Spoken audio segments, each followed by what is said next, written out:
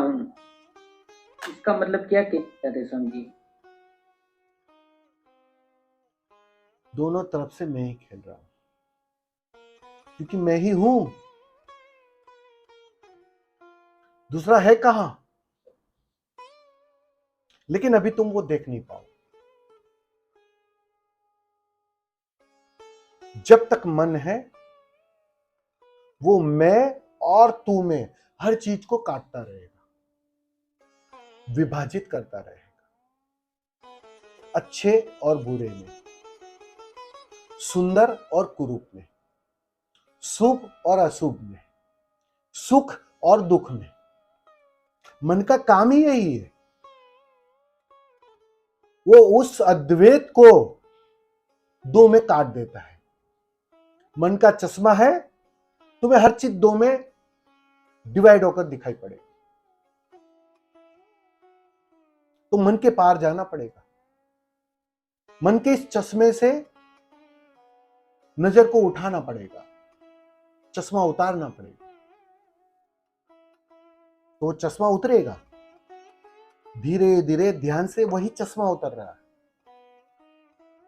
तुम्हारी नजर साफ होने लगी है। जैसे जैसे ध्यान गहरा हो रहा है, नजर साफ हो रही है। अरे यहां दो है ही नहीं, यहां मैं ही मैं हूं। एक दिन साफ साफ दिखाई पड़ेगा, हंसोगे, इस खेल पर हंसोगे कि इस तरफ से भी बिल्कुल मैं ही चाल चल रहा हूं, और बिल्कुल विपरीत तरफ से भी मैं ही चाल चल रहा हूं, क्योंकि मेरे अतिरिक्त कुछ है ही नहीं। वो जो मेरा है ना, वो आनंद का मेरा नहीं, अस्तित्वगत मेरा, ब्रह्मगत मेरा। जब तुम ब्रह्म हो जाओगे, ब्रह्म के हिस्से हो जाओगे, उस अर्थों में मेरा, तब बात साफ हो जाएगी। दिखाई पड़ेगा कि यहां वही है, उस वही का हिस्सा हो तुम। तुम्हारी नजर फैल जाएगी, एक एक एक अलग ही डायमेंशन आ जाएगा देखने। एक एक जागृत पुरुष और एक सोया हुआ व्यक्ति में अंतर इतना ही होता है, विजन का फर्क होता है।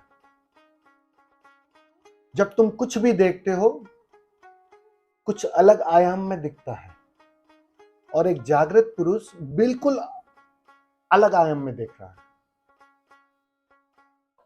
उसे उसके सिवा कुछ नहीं दिखाई पड़ता, परमात्मा के सिवा कुछ नहीं दिखाई पड़ता, ब्रह्म के सिवाय कुछ नहीं दिखाई पड़ता, क्योंकि उसने जान लिया, अपने अनुभव से जान लिया कि मैं ब्रह्म हूं,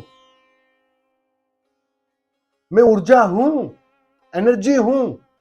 ये उसका अपना अनुभव है, अचेतन से वो गहरा अनुभव है। अब जिसने जान लिया कि मैं ऊर्जा हूं, तो कण कण में जो ऊर्जा है, क्या उसको दिख नहीं लेगा?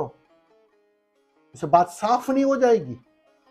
इसी जानने वालों ने कहा है कि कण कण में परमात्मा है, तो बिल्कुल अनुभव से कहा है, बिल्कुल ऑथेंटिक बात है उनकी, बिल्कुल अनुभव से उन्होंने कहा है।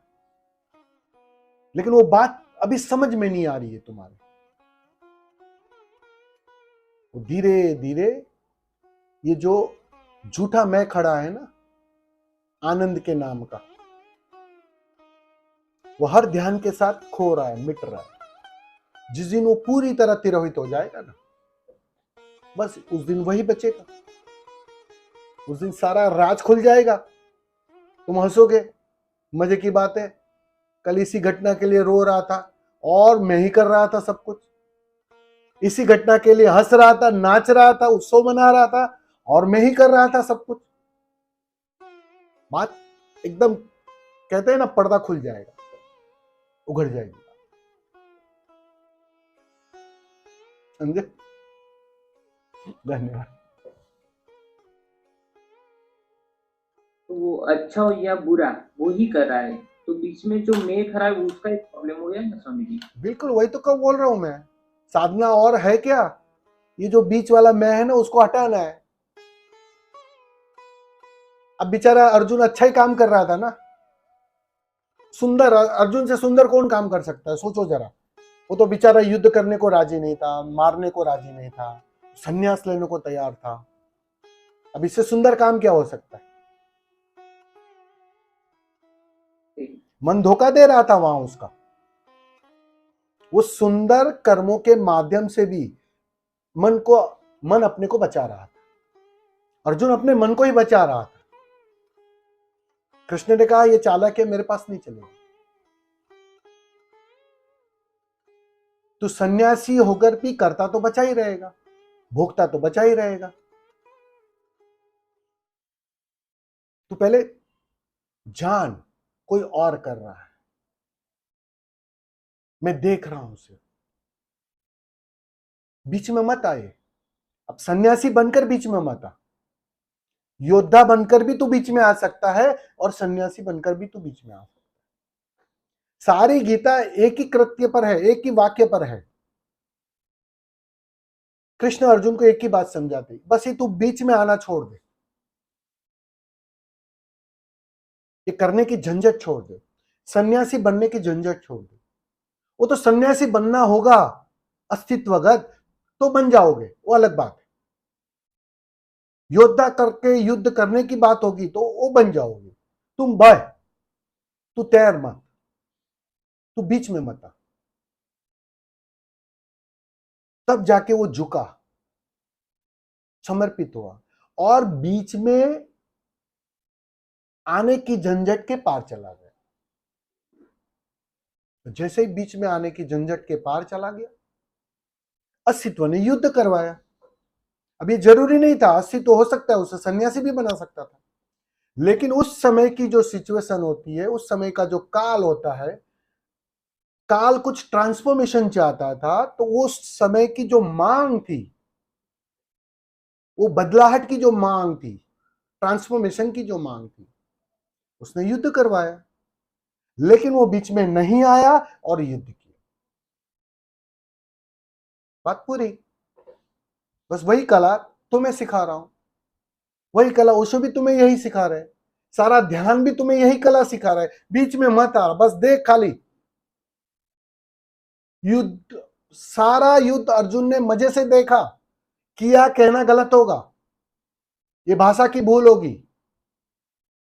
अर्जुन ने देखा कि युद्ध हो रहा है, अर्जुन भी वाहन चला रहा है, अर्जुन मजे से देख रहा था।